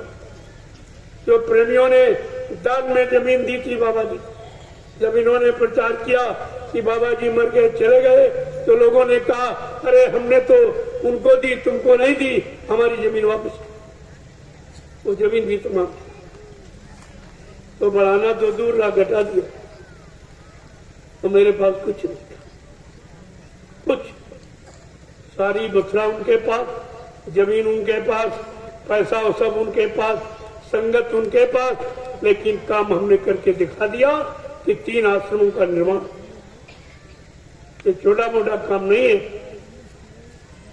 किसी ने भी जो भी सेवाएं लेते या आप जिनको देते हो, इन्होंने कहीं संगत के लिए एक कमरा बनाया, गुरु के लिए कोई स्थान बनाया, इस पर भी आपको विचार करना चाहिए। सेवा आंख खोल के देनी चाहिए कि हमारी सेवा लग रहा है। मैंने आपकी सेवा, नैमिषारण्य चले जाओ, देख लो तुम्हारी एक एक पाई कहाँ लगी, ये सब तुम्हारे साथ। इसको कहते काम। काम से नाम होता है। अभी का काम के जबरदस्ती नाम अपना लिखने लगो, जैसे तमाम लोग अपने नाम के आगे कोई संत लिख रहा, कोई सदगुरु लिख रहा, कोई महाराज लिख रहा, कोई सरकार लिख रहा, कोई भगवान लिख रहा। क्या लिखने से ये अपने आप को सिद्ध कर लेंगे? समय आने दीजिए, इतना बुरा परिणाम होगा इसका। पहले सन 1980 में कहा गया, जो लोग अपने नाम के आगे संत लिख रहे हैं, सदगुरु, महाराज, सरकार, भगवान लिख रहे हैं, तुम देखते जाइए, एक दिन ये सब जेल का दरवाजा दिख, ये सब जेल का दरवाजा दिख।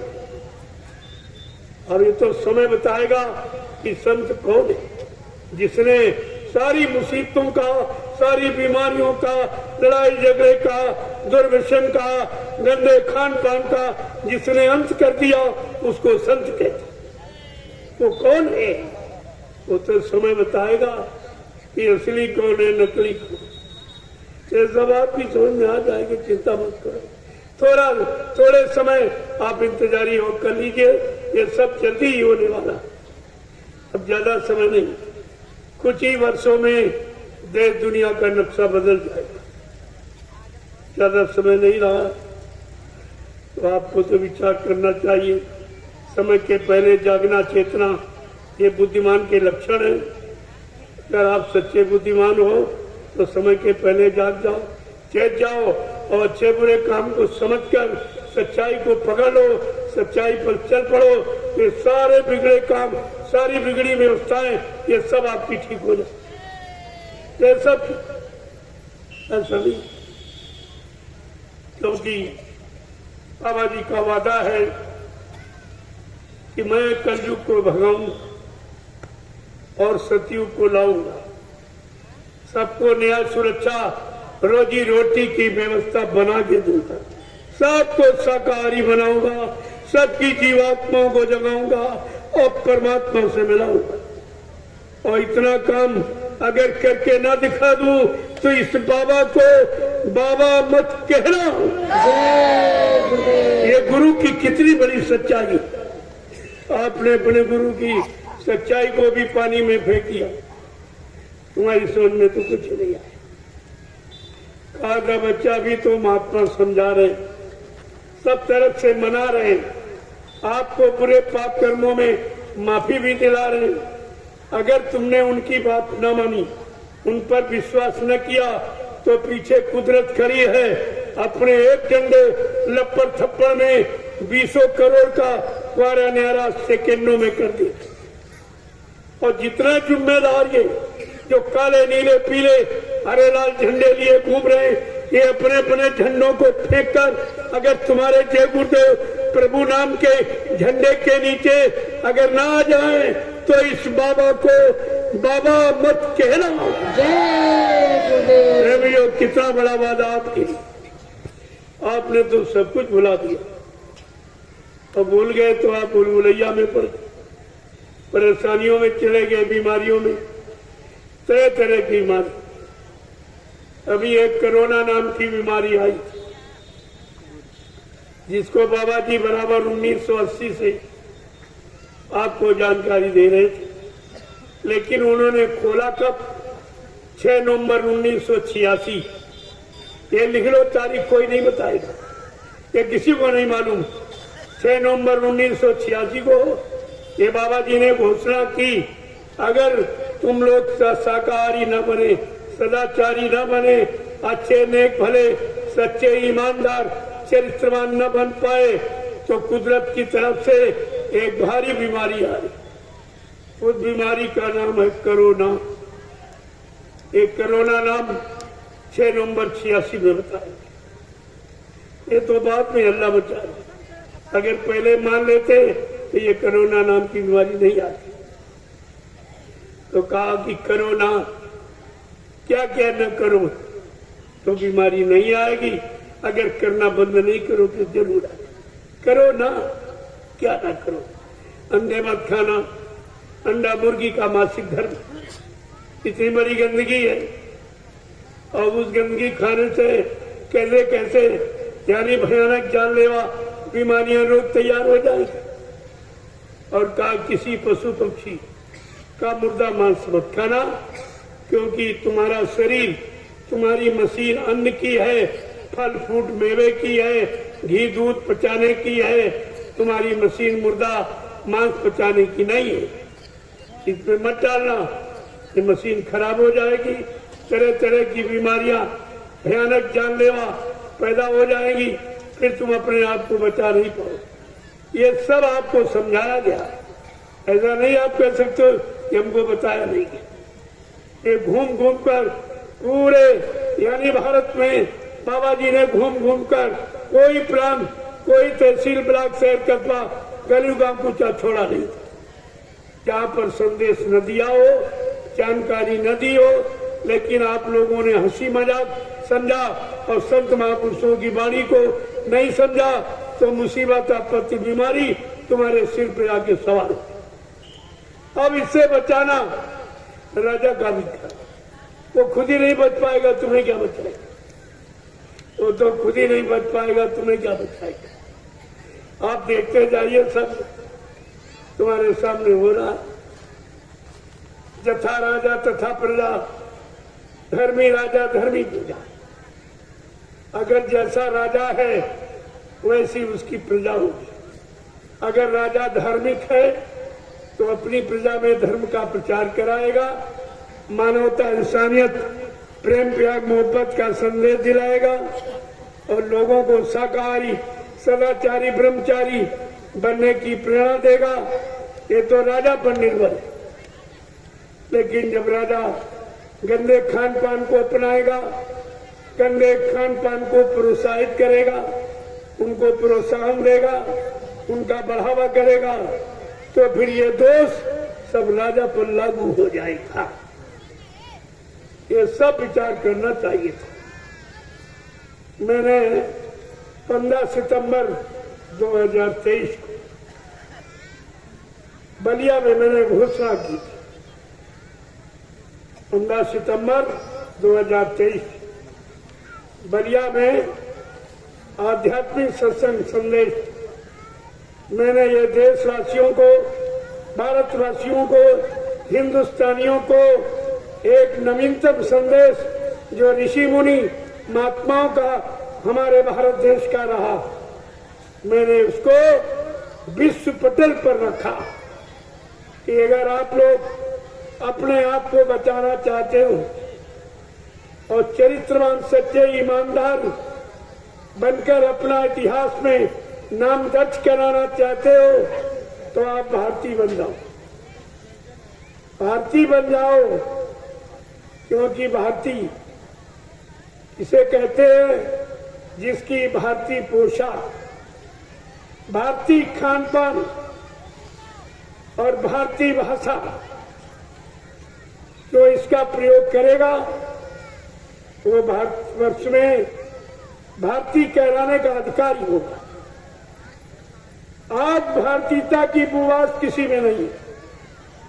कोई अपने आप को चैलेंज के साथ भारतवासी नहीं कह सकता, क्योंकि आप में भारतवासी कहलाने की कोई पहचान नहीं।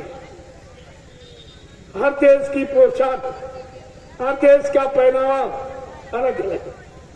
हमारे भारत देश का जो ऋषि मुनि महात्माओं के द्वारा जो सादगी का पोशाक थी, कुर्ता और धोती, कमीज और पैजामा और सिर पर टोपी और पगड़ी और लंगोटी, ये हमारे भारतीयता को नवीनतम रूप देने का ये तौर तरीका, जिसको मैंने 15 सितंबर 2023 को घोषणा की।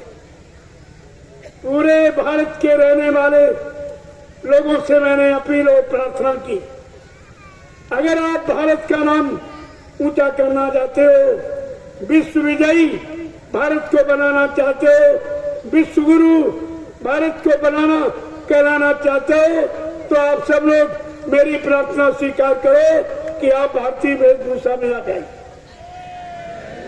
भारतीय सच्चा खान पान, जिसे शुद्ध शाकाहार कहती, जो हमारा जन्मसिद्ध अधिकार, हम जब पैदा हुए तो हमको मांस नहीं खिलाया गया, अंडा नहीं खिलाया गया और दारू नहीं पिलाई गई। हम सबको हमारी माँ ने अपना दूध पिलाया। ये दूध शुद्ध शाकाहार, यानी हमारा सबका जन्मसिद्ध अधिकार है शाकाहार बनने का। ये कोई नया नहीं है, ये पुराना जन्मसिद्ध अधिकार है। तो आपको ये सब करना चाहिए। मैंने लोगों से प्रार्थना की है और ये बात आज तक किसी ने नहीं की। पूरे हिंदुस्तान में जितने प्रधानमंत्री, मुख्यमंत्री, राष्ट्रपति हुए, उनके मुख से ये आवाज नहीं निकली और कोई धार्मिक महात्मा जो हिंदुस्तान में तमाम धार्मिक मिशन चल रहे, किसी महात्मा के मुंह से ये आवाज नहीं निकली कि हमको भारतीय वेशभूषा में रहना चाहिए, भारतीय शुद्ध खान पान में रहना चाहिए, अपनी भारतीय मर्यादा, भारतीय संस्कृति, जो हमारी भाषा शुद्ध है हिंदी और संस्कृत, हमें उसका उच्चारण करना चाहिए जिससे हमारी जबान गंदी न हो। एक किसी ने नहीं कहा, मैंने पहली बार इसको कहा और वो 15 सितंबर 2023 मैंने घोषणा की है और कहा कि आप हमारी प्रार्थना को मान लो राजा प्रजा सबसे प्रार्थना की, अभी देश को बचाना चाहते हो, देश की जनता को खुशहाल रखना चाहते हो, शांति और सुकून पैदा करना चाहते हो, तो आप लोग भारतीय वेशभूषा में आ जाइए। सादा जीवन, उच्च विचार, ये है उन्नत का आधार, इसे आप लोग अपना लीजिए। और भारतीय खान पान जो हमारा बिल्कुल शुद्ध यानी सतोगुणी से एकदम लैस, उसका हमें प्रयोग करना चाहिए।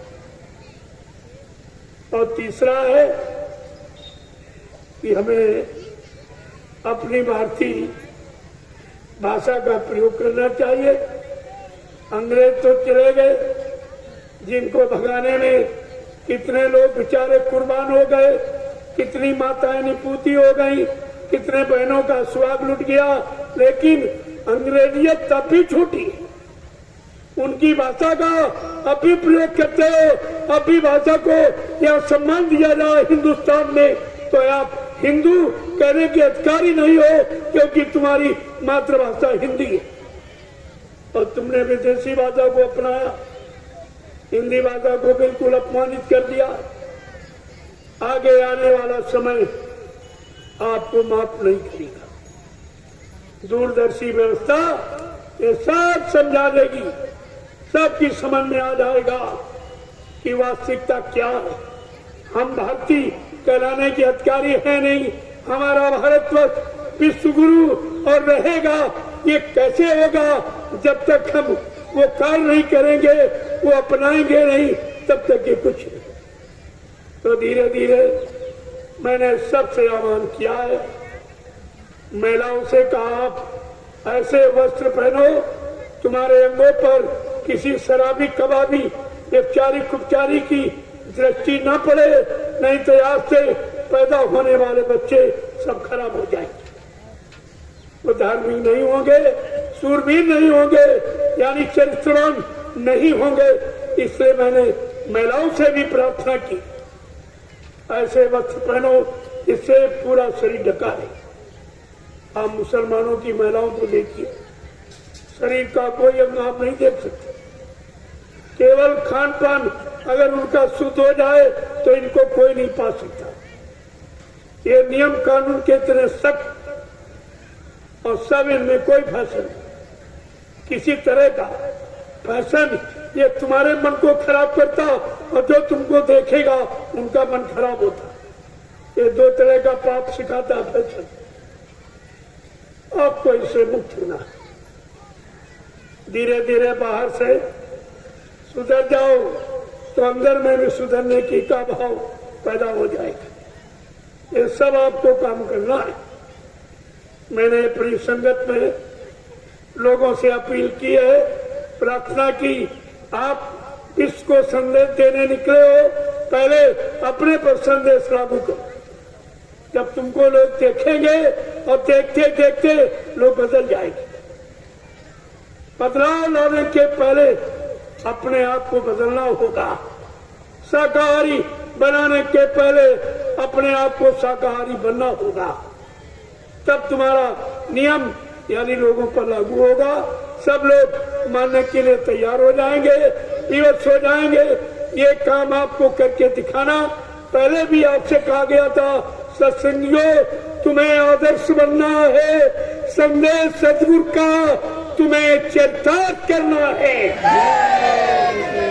ये आदर्श है आप जो मैंने 15 सितंबर को घोषणा की, ये आदर्श है। ये सच्ची मानवता का सिद्धांत, सच्चा भारतीय हिंदुस्तानी कहलाने का अधिकार है इसमें। ये सब आपको करना है। जय गुरुदेव, जय गुरुदेव, जय गुरुदेव, जय गुरुदेव। नाम किसका? जय गुरुदेव। नाम किसका? प्रभु का प्यारा नाम। अब आप लोग खड़े हो जाओ, खड़े हो जाओ सभी।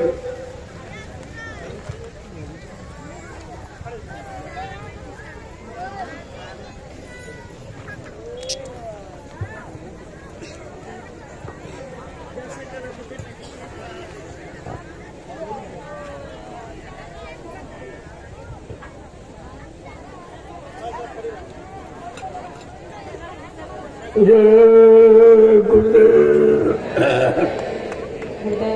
जय गुरुदेव, जय गुरुदेव। जय गुरुदेव नाम किसका, प्रभु का, जय गुरुदेव नाम किसका, प्रभु का, प्रभु का प्यारा नाम। जय गुरुदेव। जोर से बोलो, काम मिल बोलो, बोलना होगा, अभी से बोलो, दुख दर्द हरेंगे, सब कष्ट मिटेंगे, सुख शांति भी देंगे, सबके दाता, सबके मालिक, प्रेम से बोले, ये नाम नहीं इंसान का, ये नाम है प्रभु का, ये काम नहीं इंसान का, ये नाम है प्रभु का। प्रेमियों, इंसानियत का, मानवता का ये काम है कि आप भारतीय वेशभूषा में आ जाइए, तुम्हारा मन शांत हो जाएगा, मन तुम्हारा सुमिरन ध्यान भजन में लगेगा, मन तुम्हारा सच्चाई की तरफ चलेगा, धीरे धीरे गंदगी से अलग होने लगेगा। इसलिए मैंने इस भारतीय वेशभूषा के बारे में सबसे प्रार्थना की कि देशवासियों, अगर हम सब सच्चे भारतीय हैं, सच्चे हिंदुस्तानी हैं, तो हमें अपनी भारतीय वेशभूषा स्वीकार करनी चाहिए। ये पैंट पतलून ये अंग्रेजों की पोशाक है, ये विषय भोगों की पोशाक है, ये सात्विकता की, ये संत महात्मा की पोशाक, साधक की, भक्त की पोशाक नहीं है। ये आपको ध्यान में रखना चाहिए। अगर भक्ति करना है और आपको मन को बैरागी बनाना है, तो आपको भारतीय वेशभूषा जो ऋषि मुनियों महात्माओं की बनाई हुई व्यवस्था, उसे आपको स्वीकार करना होगा। ये कुर्ता, धोती, कमीज, पजामा, पगड़ी और टोपी, ये भारतीय पोशाक है। देखो कितनी शांति है इसमें, जरा पहन के देखिए कितनी शांति। और संत मत के प्रेमियों को अगर संत मत का लाभ लेना है, अपनी जीवात्मा को जगाना है, तो ये इस पोशाक को आपको आना पड़ेगा। ये लिबास से वेशभूषा ये भक्तों की और साधकों की है, इसलिए आपको इसका इशारा किया गया। और महिलाएं जो मीराबाई और सैजोबाई के इतिहास को उज्जवल बनाना चाहती हैं और सदा परमात्मा की प्राप्ति करनी है, उनको भी अधिकार है, वो भी सादगी में आ जाए। तुम्हारे वेशभूषा सादगी, तुमने विदेश की नकल की है, तुमने भोगी मुल्कों देशों की आपने नकल की है, इसमें तुम्हारे अंदर निरंतर भोग की भावना बढ़ती चली जा रही, भोग ही रोग बन के निकलता है, भोग रोग का कारण बन जाता है। इसलिए सब अपनी भारतीयता की गौरव गरिमा को ध्यान में रखते हुए हमें आपको ये सब करना। किसी राजा को आप देख लीजिए, किसी सम्राट को देख लीजिए, उनकी पोशाक क्या थी और आज के राजा की पोशाक है।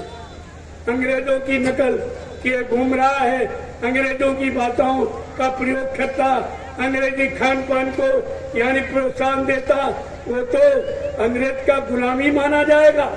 उसे हिंदुस्तानी और भारतीय कहलाने का कोई अधिकार नहीं, कोई अधिकार नहीं। राजाओं की देखिए पोशाक, सम्राटों की पोशाक देखिए, आपको पता चल जाए कि राजा और रैयत किस वेशभूषा में रहती हुई देश की मर्यादा को कायम रखने के लिए। आपको अपनी भारतीयता को कायम रखने के लिए भारतीय पोशाक को करना, धारण करना ही पड़ेगा, तभी आप अपने मन को शांति दे सकते हैं। विषय भोगों से मन को अलग कर सकते हैं और प्रभु के भजन साधना में आप लगा सकते हैं। ऐसे थोड़ी कह दिया गया, इसमें तमाम लाभों का समावेश है। जय गुरुदेव, जय गुरुदेव, जय गुरुदेव। नाम किसका? प्रभु का प्यारा नाम। अब आप लोग लाइन से खड़े हो जाओ, मैं आपका दर्शन करूं, क्योंकि सबसे एक बार की मिलना तो मुश्किल ही इतने लोगों, कुटी बेहतरीन जगह नहीं कोई आपको बुला के वहां मिल लो। सबसे मिलने का ये तरीका, एक लाइन में महिला, एक में पुरुष, शांति के साथ मैं आपका दर्शन करूं, आप सबको प्रणाम करूं, क्योंकि आप बाल बच्चे परिवार छोड़कर यहाँ आए, इतना तो त्याग आपने किया और तपस्या भी कर रहे हो कि जमीन पर सोना, गर्मी में रहना, ये सब तपस्या ही तो है। तो ऐसे तपस्वी का, त्यागियों का दर्शन बड़े भाग से होता है। मैं आपका दर्शन करूंगा, आप सबको प्रणाम करूंगा और आपको प्रसाद दूंगा। ये तीनों काम हिंदुस्तान में कोई नहीं कर रहा। प्रसाद तो आपको कोई दे ही नहीं सकता और कभी नहीं दिया। इतना दिन से आप मंदिर में, मस्जिद में, गिरजाघर, गुरुद्वारों में, तीर्थ में, मुहूर्त में, नदियों किनारे जाते हो, कोई प्रसाद देता? किसी ने प्रसाद आपको नहीं दिया। क्यों? प्रसाद कोई बना नहीं सकता। प्रसाद बनाने का अधिकार यहां सबको नहीं। प्रसाद कौन बनाएगा? जिसने अपने सदगुरु को उनके आदेश हुकुम का पालन करके उनको खुश कर लिया, उनके बच्चों को अपने जीवन का आधार बनाकर जो जीवन को निकालता है, वो अपने सदगुरु की दया किसी भी यानी चीज में शामिल करके और प्रेमियों को प्रसाद बना के उनका लाभ करा सकता है। ये अधिकार उसको, आप ले लीजिए प्रसाद। मैंने पूरे हिंदुस्तान में प्रसाद बांटा और आज भी बांट रहा पूरे। ये काम पहले भी किसी ने नहीं किया और आज भी नहीं कर रहा। और जो आखिरी दिन मैंने जो करके दिखाया, वो तो एक अनोखा चमत्कार है कि ग्रामवासियों को निमंत्रण और कन्या पूजन, ये कोई नहीं जानता, ये कोई नहीं कर सकता, न राजा न प्रजा, ये कोई नहीं। मैंने क्यों किया है? मैंने सतयुग की भूमिका और दूरदर्शी व्यवस्था को सिद्ध करने के लिए आपके सामने ये पहले से नमूना बना के रख रहा हूँ कि दूरदर्शी आने पर सबको भोजन, सबको रोटी मिलेगी और सबकी बेटियों की रक्षा हो। रोटी और बेटी जो दो बिंदु हमने रखे हैं, वो इसी बात के परिचय कि आगे आगे दूरदर्शी व्यवस्था लागू होने पर, सतयुग होने पर सबको रोटी दी जाएगी। कोई जात बिरादरी नहीं पूछी जाएगी, कोई अति प्रेमी बीमारी नहीं पूछा जाएगा। हर भूखे को रोटी और हर बेटी की रक्षा। कोई जात पात नहीं, कोई छोटा बड़ा, कोई गरीब अमीर की बात नहीं, सारी बेटियों की रक्षा। और आपको दो ही चीजें चाहिए, जीवन जीने के लिए रोटी और लोक लाभ और परिवार में इज्जत, आबरू के लिए बेटी की रक्षा। और आपको क्या चाहिए? ये दोनों बिंदु मैंने पकड़े जो आज तक कोई ना राजनीतिक और न कोई धार्मिक किसी ने भी इन बिंदुओं पर भी दृष्टि नहीं डाली कि रोटी बेटी का मतलब क्या। मैं वो भी तो करके दिखा रहा हूँ। मेरा कोई काम पर्दे में नहीं, सब आपके सामने। अब न समझ पाओ, न अपना पाओ, न विश्वास कर पाओ तो तुम्हारी बात हो। जय गुरुदेव। अब आप लाइन से खड़े हो जाओ, मैं आप सबका दर्शन करूं, एक एक को प्रणाम करूं। और ये महाप्रसाद ऐसा मिलेगा। जय गुरुदेव। चलो प्रेमियों खड़ा बजा जल्दी से।